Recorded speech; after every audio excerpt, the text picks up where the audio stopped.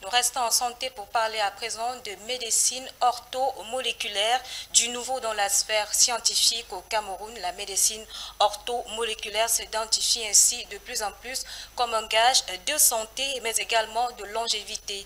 Son précurseur, le docteur Charles Hobson, l'a défini comme une branche de la médecine ayant pour objectif la réduction de la mortalité au Cameroun. Plus de détails dans ce reportage signé Joël Sinéwende. C'est une discipline très connue du grand public, mais qui réussit à faire tache d'huile à travers les résultats qu'elle présente. Son approche est essentiellement axée autour de la longévité, avec pour principal slogan « Oublie la mort ». Elle, c'est la médecine orthomoléculaire et son précurseur au Cameroun n'est nul autre que le docteur Charles Hobson, qui l'a défini comme étant une médecine naturelle avec des canons scientifiques utilisant les molécules naturelles au détriment des molécules de synthèse et considérant le corps humain comme une pharmacie.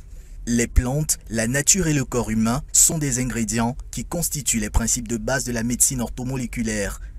Et c'est un peu la beauté de la médecine orthomoléculaire que j'ai étudiée aux États-Unis, qui est une médecine naturelle basée sur les canons scientifiques. C'est-à-dire que c'est mesurable et c'est une démarche scientifique, sauf que nous n'utilisons pas des molécules qui sont là pour créer des déchets dans le corps, qui sont là pour aggraver les situations, ou alors qui ont qu'un rôle palliatif à jouer, c'est-à-dire à éliminer les symptômes, mais à ne pas s'attaquer aux causes des maladies.